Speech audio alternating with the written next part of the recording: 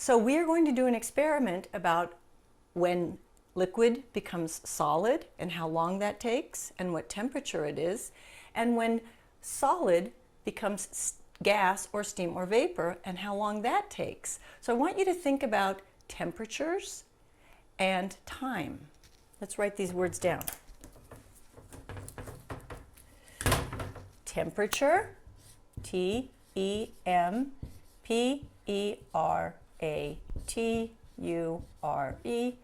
and time.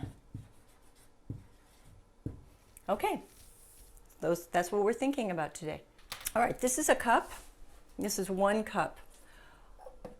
Here's my water. I'm going to fill this. That's 1 cup. This is a liquid. It's water. I'm going to put it into this jar and mark where it is. Okay. In this jar, the water is right here. That's the water level. Okay? That's the water level. We're going to see if freezing it and warming it up again and putting it back in the jar changes the volume. All right. Okay.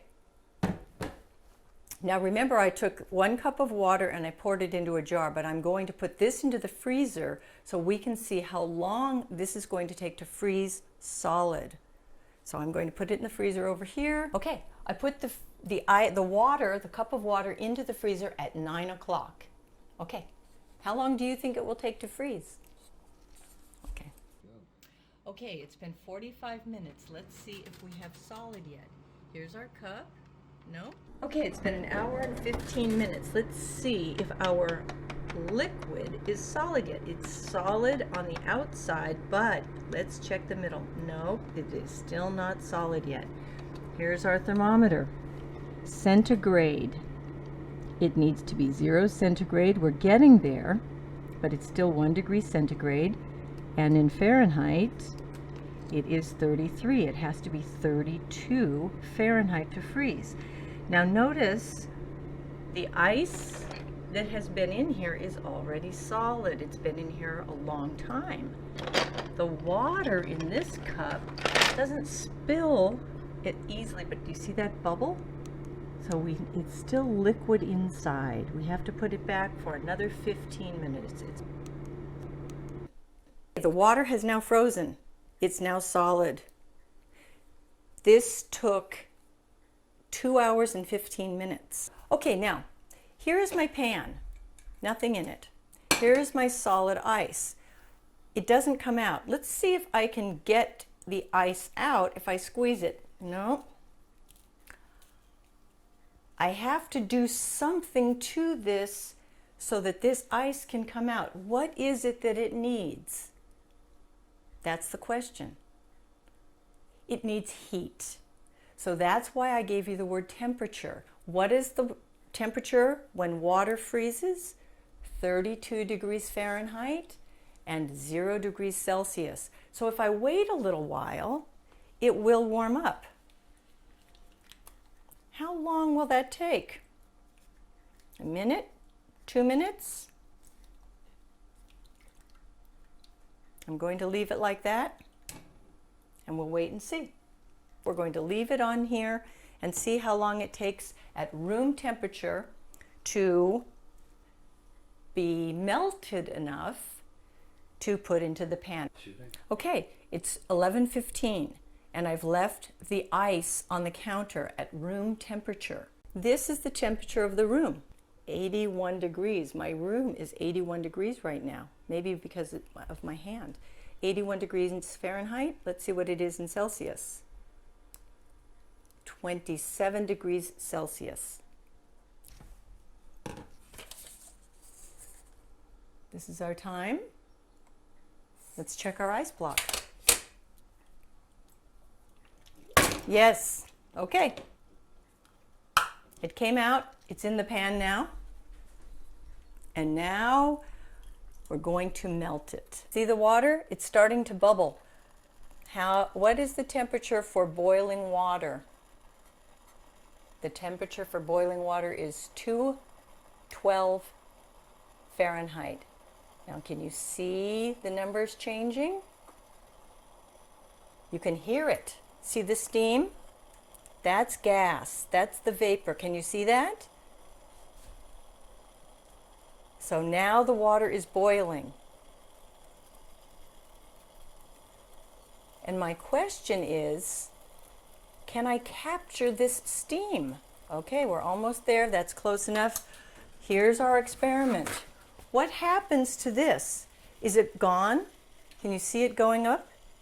Watch. Let's see what happens to a dry paper towel.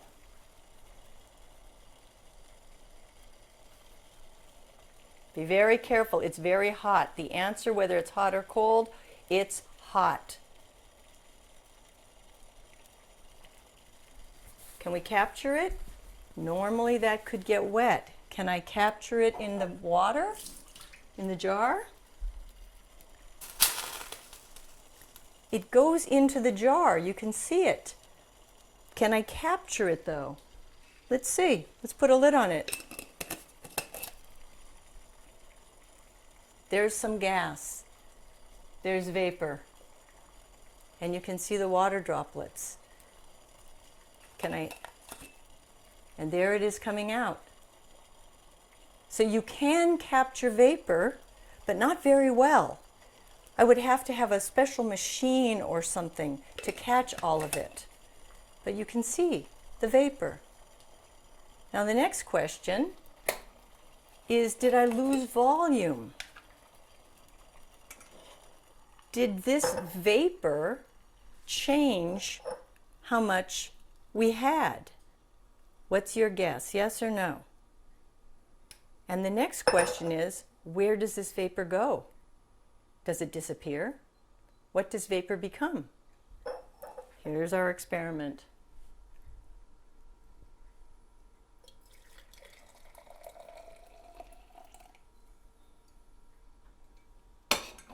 It's hot, so be careful.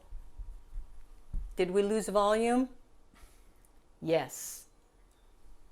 What did we lose? We lost water because the vapor changed. The volume changed. If I put a lid on this, it can be dangerous to do that, but if I put a lid on this, I could capture the vapor. You would see it. And then it collects on the outside. But that's sometimes not safe to do, so let's take that off. So the question is, where does the vapor go? What does the vapor become? Think of all the ideas you can come up with, and I'm going to put some words on the board. And this is going to start cooling down. Right now it's 176 Fahrenheit. And this is my clock. So it took a few minutes to boil. It took a few minutes to become to room temperature in order to come out of the container. It took a few minutes to boil. Okay, good job. Okay, so one of our questions, how long will it take for the water to freeze? This is future. We've already done it, so now we can take this word away, and we could say, how long did it take for the water to freeze? Because we now know. How long did, past tense, how long did it take for the water to freeze? It took about 2 hours and 15 minutes. About 2 hours and 15 minutes.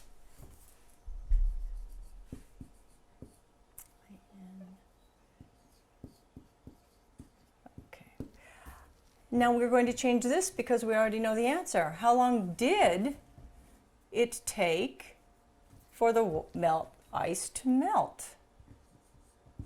It varied. We had room temperature,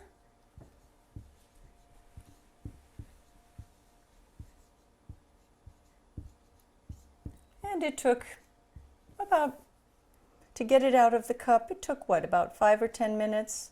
5 to 10 minutes.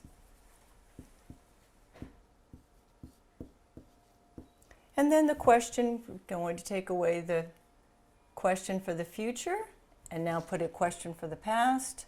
How long did it take for the water to boil? It took about 10 minutes. Let's say 10 minutes. TENMINUTES. So, how long did it take for the water to freeze? It did take a long time. It took 2 hours and 15 minutes. How long did it take for the ice to melt?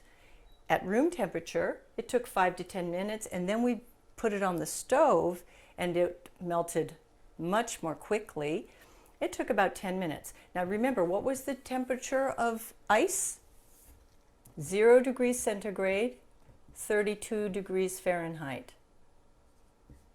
That's ice. And what is boiling water?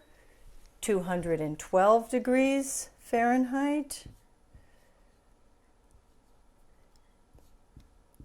And let me ask Alexa what it is in centigrade. Alexa, what is boiling water in centigrade?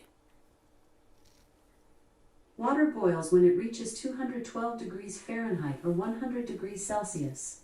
The amount of time it takes for this to occur varies depending on how much water you're boiling, whether or not there's a lid over the water, the temperature of the pot, lid, and stove, the water's salinity, the altitude, and the pot's surface area, volume, and conductivity.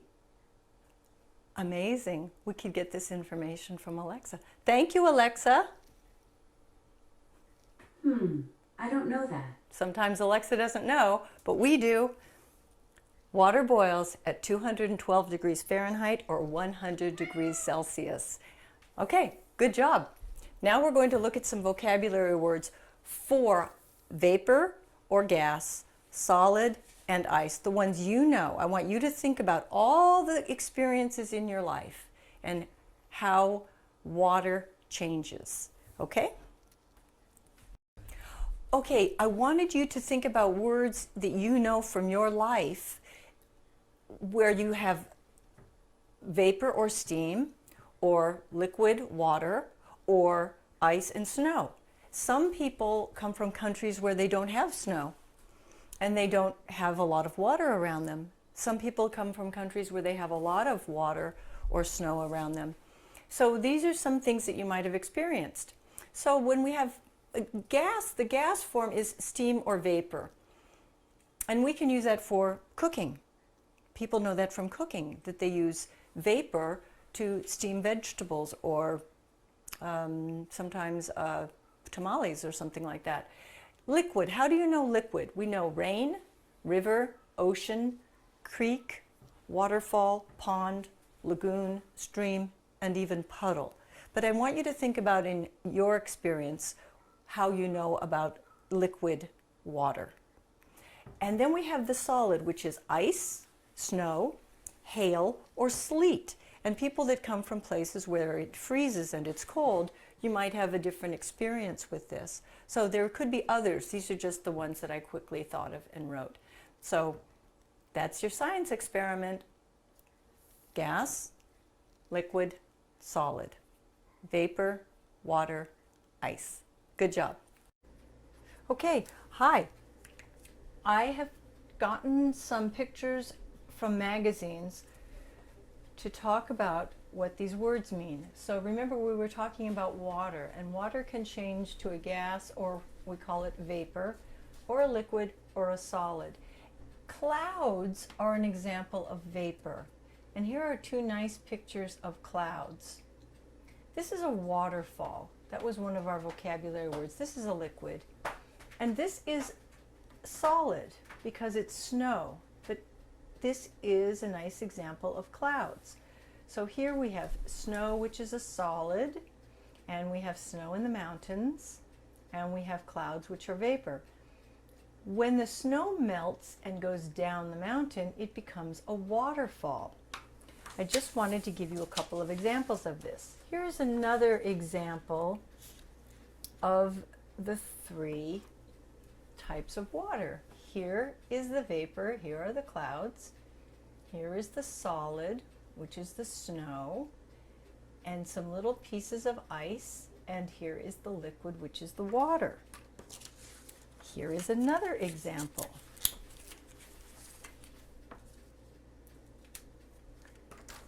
The clouds are the gas or the vapor. The ice is the solid, that's called an iceberg, and the water is here. And another really good example and a new vocabulary word is mist. M-I-S-T. Right here. This could either be called fog or mist. Here are your clouds. Here is your solid. And this could be called mist. M-I-S-T. Or fog. F-O-G. And those are some good examples of the way water changes. So here are some pictures. Always use your newspapers and magazines to get pictures to build your vocabulary. Okay, I'm going to switch boards now. Now we are going to look at some new vocabulary words. These were some of the words that I wrote before. Right here, that right here, this here, that's called a creek. A creek. C-R-E-E-K. The snow probably melts and comes down here and feeds into this creek. That's a creek. Another word, puddle.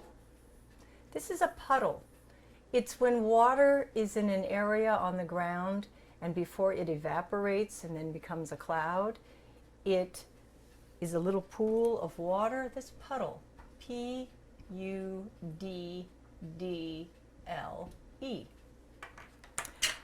Another really good example of solid is this. I don't know if you can see it. It's an icicle. It is when the snow and the ice from the roof melts a little bit, but then keeps freezing, and it's an icicle. I-C-I-C-L-E.